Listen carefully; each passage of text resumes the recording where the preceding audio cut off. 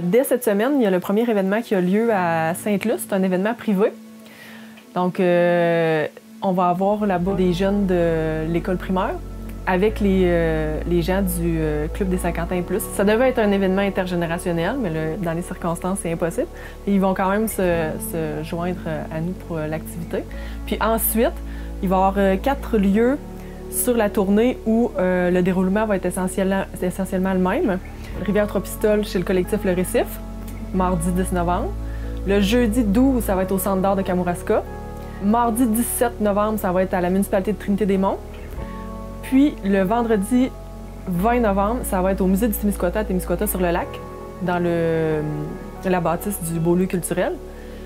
À tous ces endroits-là, ça commence à 18 h. Les places sont limitées à cause des mesures sanitaires. Fait que vaut mieux réserver à l'avance. C'est gratuit, l'entrée est gratuite, mais c'est ça, vaut mieux réserver à l'avance, les places sont limitées. Le dernier lieu sur l'itinéraire, c'est le Carrefour de la littérature, des arts et de la culture à Montjoly.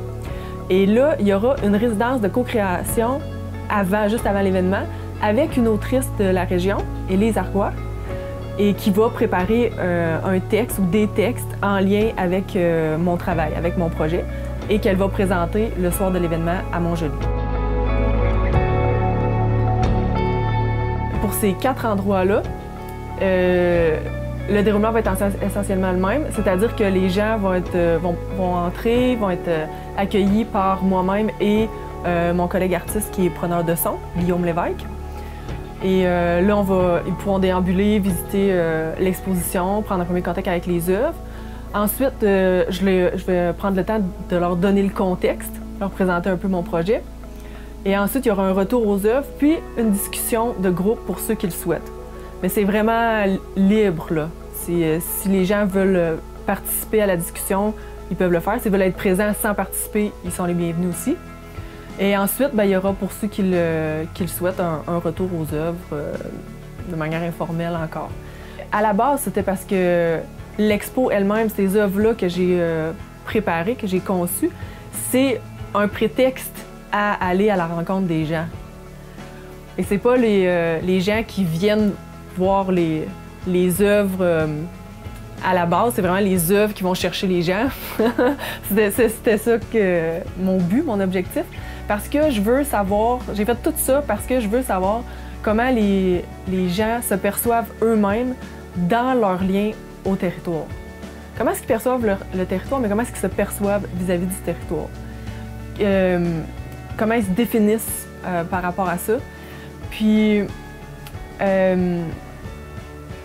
beaucoup sur la question identitaire, donc, mais j'aimerais ça aller plus loin, qu'on aille un peu plus loin dans la recherche de notre propre nature en tant qu'être humain versus la partie de nous qui est culturelle.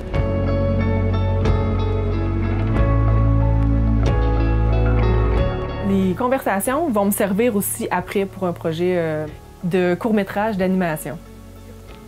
Pour ça, il y a une étape avant. C'est à partir du printemps prochain, je veux commencer à apprendre à fabriquer des encres naturelles à partir des végétaux forestiers. Puis sur 1 an, donc, développer une palette forestière de mon coin de pays.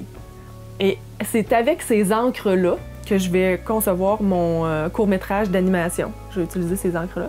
Et la piste audio sera issue des témoignages des gens qui seront venus à l'exposition qui s'en vient, là, Nos territoires, l'essentiel n'est pas répertorié. Ça a toujours fait partie de ma démarche artistique, la dichotomie entre nature-civilisation. Au début, j'étais très dans l'opposition, je voyais ça comme un contraste net. Aujourd'hui, je suis beaucoup plus nuancée. Puis, à un moment donné, je me suis retrouvée comme immigrante dans les Alpes françaises. Puis, j'ai été vraiment déstabilisée par la culture là-bas, le territoire lui-même. Mais la culture aussi, le contraste m'a frappée entre ce paysage-là qui était tellement grandiose et la culture des gens qui semblait, elle, plutôt étouffante. Les gens eux-mêmes là-bas me l'ont pas exprimé de cette façon-là. Moi, je me suis sentie étouffée. Ça veut pas dire que c'est le cas de tout le monde là-bas, évidemment. N'empêche, il y a des choses qui parlent, là, parce que là-bas, j'étais au milieu de la communauté paysanne. Puis sur 3 ans, il y a eu 3 suicides de jeunes de la relève agricole. Fait que moi, j'ai identifié qu'il y avait un lien avec la culture, là, qui avait un sentiment d'oppression. Mais en tout cas, ce qui est sûr, c'est que j'avais l'impression que les gens se sentaient pas libres. J'ai rien trouvé de mieux à faire que juste capter des images. J'ai pris plein de photos le temps que j'étais là-bas. Puis c'est ces images-là que j'ai ramenées ici qui m'ont servi de point de départ à la création du corpus de l'exposition itinérante. Je les ai organisées en bandes photos. Puis ces bandes photos-là, il y en a 21, sont arrimées chacune à un des dessins que j'ai fait cet été, à l'aquarelle. Donc il y a 21 diptyques comme ça, qui composent le corpus. Donc c'est là comme ça que j'en suis venue à ce contraste entre les pigments naturels, la couleur et les lignes géométriques qui devraient représenter la nature versus la culture versus la civilisation. Après que je suis arrivée ici, à un moment donné, je me suis lancée sur la piste des produits forestiers. J'ai été intéressée par la forêt, je voulais me pencher de plus près. Et donc, je suis allée voir un artisan forestier dans le coin d'Amcou qui est aussi enseignant en mathématiques. Puis, lui, quand je suis allée le rencontrer, c'est ça, on s'est rendu compte que j'étais aussi intéressée par la géométrie que lui pouvait l'être par l'art. Fait que là, c'est comme ça de fil en aiguille, il est devenu mon mentor en géométrie. Et au début, j'étais vraiment fascinée par ça, par les lignes géométriques, tout ce que ça pouvait représenter, comment ça pouvait rendre certains éléments de la nature. Puis il y a un mystère là-dedans. Mais après ça, j'ai été plutôt révoltée de la prétention que l'être humain, qu'on peut avoir, qu'on a souvent dans les domaines des sciences ou dans bien d'autres domaines. Là. Mais cette prétention-là qu'on a vis-à-vis de la nature, de notre propre nature aussi, qu'on prétend connaître, on prétend savoir. Puis c'est le premier obstacle à la connaissance, à découvrir plus qu'on s'imagine qu'on sait. C'est ce qui nous bloque. Fait que j'ai été révoltée de ça en confrontant la géométrie, les notions géométriques, qui prétendaient expliquer les fonctionnements de la nature. Je suis arrivée au pigment naturel parce que j'habite ici en forêt, j'ai pas l'eau courante. Et donc, je ramassais. Avant, je travaillais à l'acrylique. Mais là, je pouvais pas jeter mon eau sale de peinture comme ça n'importe où au risque de polluer. Fait que j'étais obligée d'apporter mon eau sale chez quelqu'un d'autre qui avait un système d'égout, puis le jeter là. Mais là, mon impact de pollueuse m'a sauté au visage. Fait que là, même si c'est à petite échelle, ce qu'on peut changer, on peut le changer. Hein. Justement, à mon échelle, je voyais bien qu'il y avait quelque chose que je pouvais faire. Hein.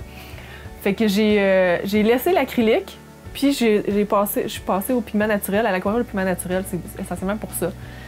Puis ça a été vraiment une révélation. Là. Je peux rincer mon matériel dans le lac, puis il n'y a aucun danger. Je sais que je fais pas de tort. Dans le fin fond, là, ce que je me demande, ce que je me pose comme question, puis que j'ose croire qu'il y a des gens qui vont venir nourrir ma réflexion là, à ce sujet-là, c'est qu'est-ce qui, dans notre nature et notre culture d'être humain, que ce soit la culture individuelle ou collective, nous dicte nos choix quant à ce qui va être